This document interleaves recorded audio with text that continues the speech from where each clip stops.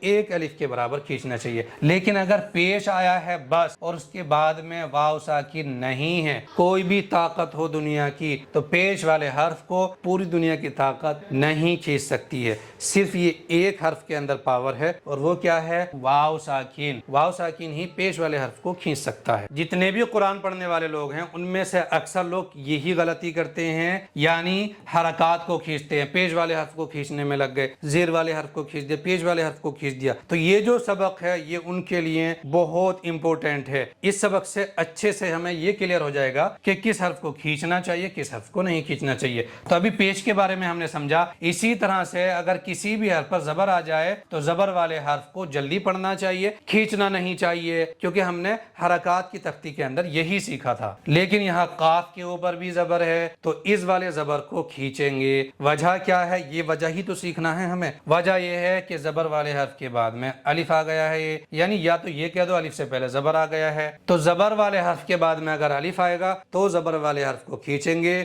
اور زبر والے حرف کے بعد میں الف نہیں ہے اگر کوئی بھی حرف ہے تو پھر زبر والے حرف کو نہیں کھینچیں گے کسی قیمت پر. یہ ایک رول ہے, اس کو ہمیشہ یاد رکھنا ہے. اسی طرح زیر والے حرف کو جلدی پڑھنا چاہیے. حرکات میں یہی کہا گیا ہے, زبر زیر پیش والے حرف کو جلدی پڑھو, تھوڑا سا بھی نہ کھینچو. لیکن ہمیشہ ایسا نہیں ہے, زیر والا حرف بھی کھینچتا ہے. کب کھینچے گا؟ جب زیر والے حرف کے بعد میں اس طرح سے یا ساکن آ جائے, یعنی یا تو یہ کہہ دو یا ساکن سے پہلے زیر ہونا چاہیے. تو زیر کو ایک ہی چیز کھینچ سکتی ہے, وہ کیا ہے؟ یا ساکن. یا ساکن اگر نہیں ہے زیر والے حرف کے بعد میں, دنیا کی کوئی بھی پاور ہے, تو زیر والے حرف کو ہرگز نہیں کھینچ سکتی. اس ویڈیو میں آپ نے جو ابھی کام کیا ہے وہ 50% کام کیا ہے. 50% کیا کیا ہے؟ ابھی آپ نے صرف سمجھا ہے, حروف مدہ کے اس قاعدے کو سمجھا ہے. نام ہے حروف مدہ, وجہ ہے الف کی وجہ ہے, الف سے پہلے زبر ہو, یا ساکن سے پہلے زیر ہو, واو ساکن سے پہلے پیش ہو. حکم یہ ہے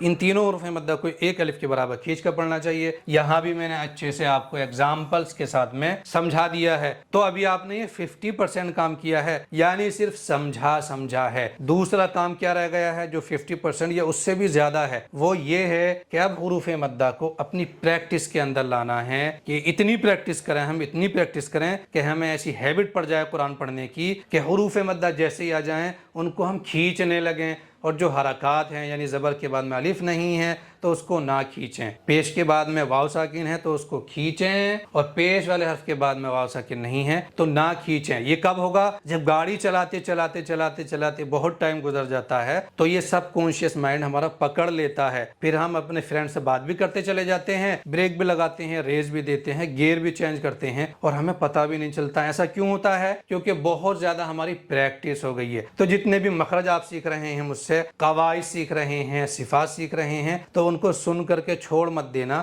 کیونکہ اگر میں کسی گاڑی چلانے والے کو جو اچھے سے گاڑی چلاتا ہے اس کو گاڑی چلاتا دیکھ کر میں ڈرائیور نہیں بن جاؤں گا. کبھی آپ یہ سمجھنے لگو قاری صاحب نے ایسے سمجھایا اب تو میں بھی قاری بن گیا, اب تو میں بھی قاری بن گئی. نہیں, آپ نے ابھی 50% کام کیا ہے, اس کو ڈیلی کی پریکٹس میں لے کر کے آؤ, اور پھر کسی استاد کو سناؤ بھی. ایک استاد بھی بنانا بہت ضروری ہے. استاد بتائے گا کہ آپ کہاں پر غلطی کر رہے ہو. تو اب آپ کی ذمہ داری کیا ہے؟ ڈیلی پریکٹس کریے گا. میں نے ویڈیو کے اندر یہ کہا تھا کہ 3 آپ کو جواب دینے ہیں کومنٹ کے اندر. تو 3 جواب کیا ہیں؟ نام بتائیے گا اس قاعدے کا جو میں نے آج سکھایا, اور بالکل سمپل ہے, آپ آسانی سے کومنٹ میں لکھ سکتے ہیں نام کیا ہے اس قاعدے کا جو ابھی سیکھا ہے. دوسرا یہ ہے کہ الف کب کھنچتا ہے, واو کب کھینچ کر کے پڑھا جاتا ہے, یا کب کھینچ کر کے پڑھا جاتا ہے, اس کی کنڈیشن, اس کی وجوہات میں نے ڈیٹیل میں سمجھائی ہیں, وہ کومنٹ میں بتائیے گا. تیسرا حکم ہے, یعنی حروف مدہ کا حکم کیا ہے یہ آپ کو بتانا ہے. اگر آپ نے یہ تینوں سوالوں کے جواب لکھ دیے ہیں تو میں یہ سمجھوں گا کہ میری محنت وصول ہو گئی, میں نے اپنی ذمہ داری پوری کر دی.